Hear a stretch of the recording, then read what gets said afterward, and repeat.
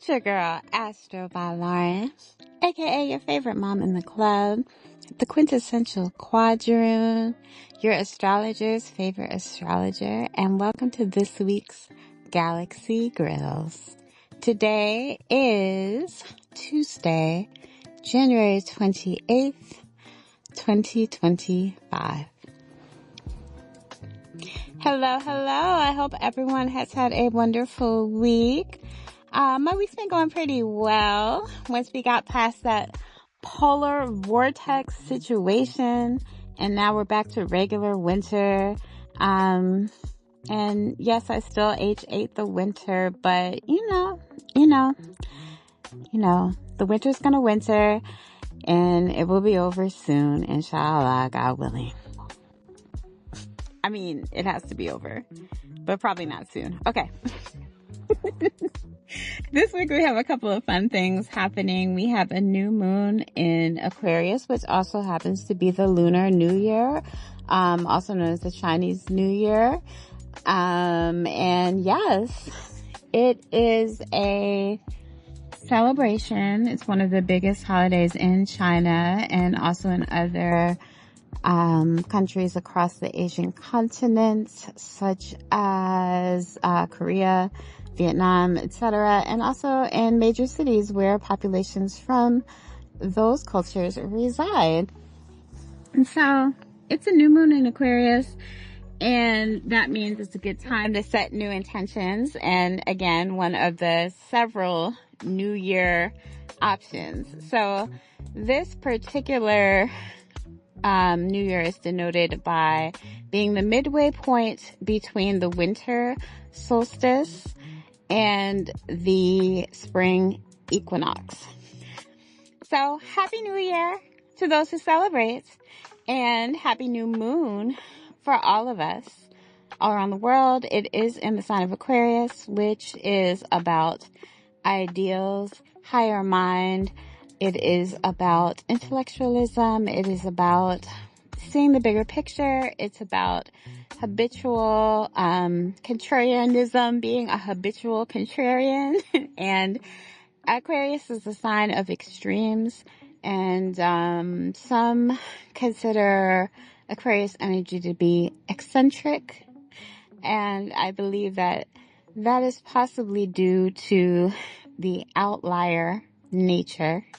The Aquarius mind is going to be very well informed, well developed about ideas and theories and understanding circumstances of situations both near and far. And so the Aquarian understanding of the world is going to be quite broad, sometimes broader than the average person, the Aquarius understanding of the world. Ideally, the lower expressions of Aquarius are people that are so extreme that they refuse to accept, it's kind of like black and white thinking, refuse to accept any kind of centrist views, think that they know everything. They really probably do know everything, but your opinion on everything isn't always right. So, but to an Aquarius, yes, it is. They are always right. So it's kind of tough. You definitely don't want to get into a debate with an Aquarian unless you love to debate, because they will do this all day and night in perpetuity. And, yeah. And don't mess around and get an Aquarius with Scorpio tendencies. That's a whole other conversation for another day. But yes, I have an Aquarius moon, so I personally feel most at home in the sign of Aquarius. I love it. And it is a lot of good energy to shift and evolve and grow your thinking and your ideas about yourself, your ideas about your community, people around you, your job, relationships, really anything. It's a good time to expand your knowledge.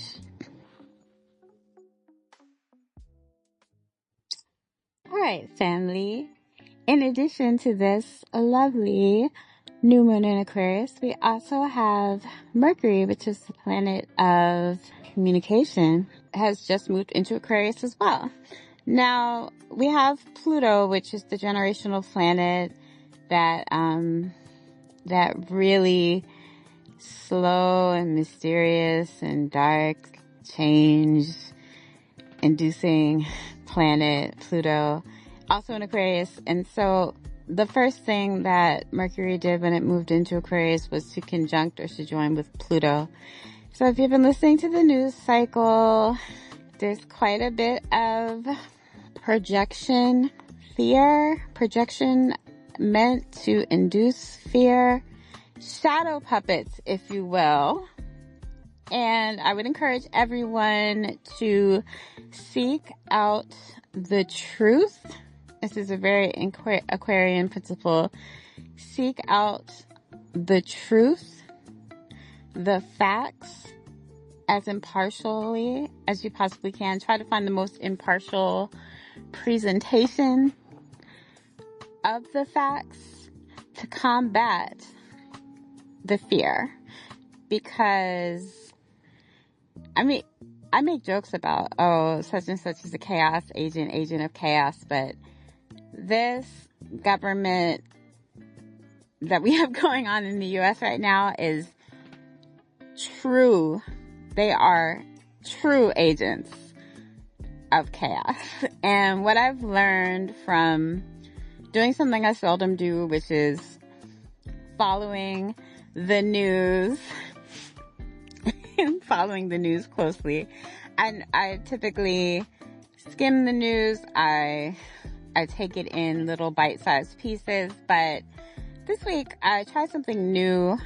Maybe it is Mercury moving into Aquarius and conjuncting Pluto, but I just went ahead and dove in to different types of news sources. So what I was doing was reading the same story from all different media outlets. And let me tell you, what I learned is that, well, first of all, I'm going to go back to limiting my news intake. But one thing to consider is the way that you take in your information. I would highly recommend that you read the information as opposed to watching videos and speakers about it, because part of the projectogram type of agenda, part of the shadow puppet, MO is, well, okay. To me, a lot of this is spiritual warfare. In my opinion, I see the world in a very esoteric sense, as you might assume. And, you know, some people call it vibes. When people are speaking, sometimes it comes from them, the individual. Sometimes you can hear and feel God speaking through people, and that is a beautiful thing. And then, sometimes people are just possessed. I'm sorry. They just possessed, but not in a good kind of way, you know? And, it's a lot easier for those entities to speak to you and touch you through when you are interfacing with the vessels that they are using. I don't know if you're picking up what I'm putting down. What I'm saying is that fear is a tool. What did I see written? Fear is a tool of the state, so to speak. Fear is a tool of the enemy. Chaos is a tool of the enemy, and the enemy uses vessels to speak through. And it's better for you to limit your time with them if it's on your screen, your computer screen, your phone screen, if it's on your screen and it's making you feel any kind of way, you can go ahead and shut that right off. That's the joy of the digital age. So anything making you feel any type of way, type of message, or just the way a message is being delivered, just remember you don't have to take it in, and you can consume your information in a different way and probably have a more clear and balanced understanding of whatever it is that you need to understand by seeking out that information. And like I said, with reading, you can select what you read or not. When you're watching a video or listening to someone speak, you don't always know where that person may or may not be coming from. Hoping this makes sense, but just be careful what you take in and how you take in your information. Especially in this Aquarius season, during this new moon in Aquarius, while Mercury is in Aquarius. All right, let's talk about moon signs and what's called void of course moon. So the moon moves through the 12 different signs every 2.5 days. And if you check the moon signs on a daily basis, you can kind of see how the phase of the moon, the phase is, new moon, full moon, quarter moon, waxing, waning, all of that. And then the sign is outside of that. So, right now the moon is right before the new moon. So it's waning, which means it's getting smaller.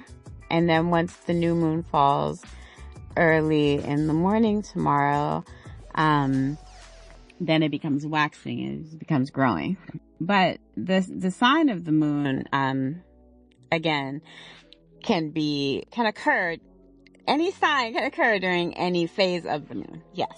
Okay. That being said, there's something called the void of course moon. So that means when a moon is in one sign and it's no longer making any energetic aspects. Aspects are like energetic signal beams to, other heavenly bodies.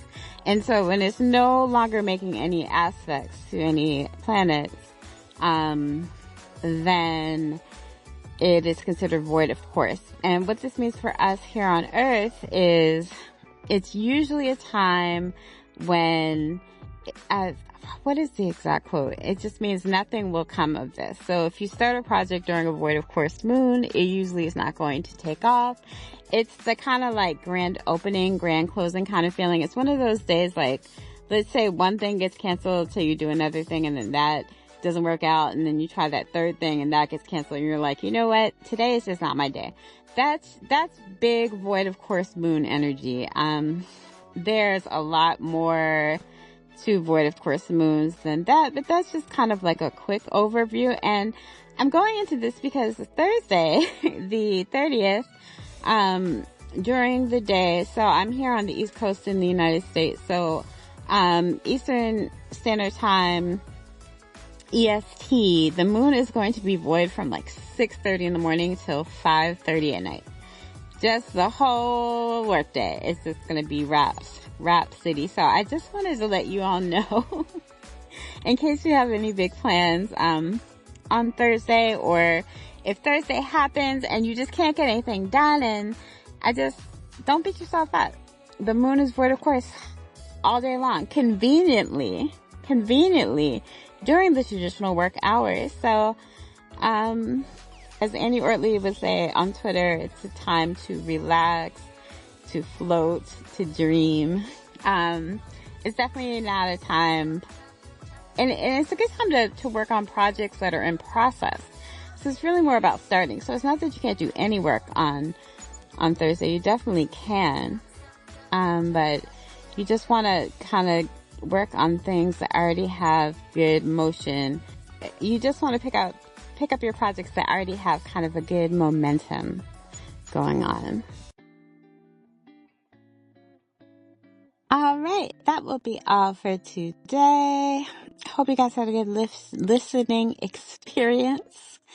Please let me know if you have any questions. Feel free to hit me up in the comments. And And if you're looking for a personal reading, the information is in the description. Don't forget to like, rate, comment, subscribe, tell a friend, share, all that good stuff. And until next time, bye.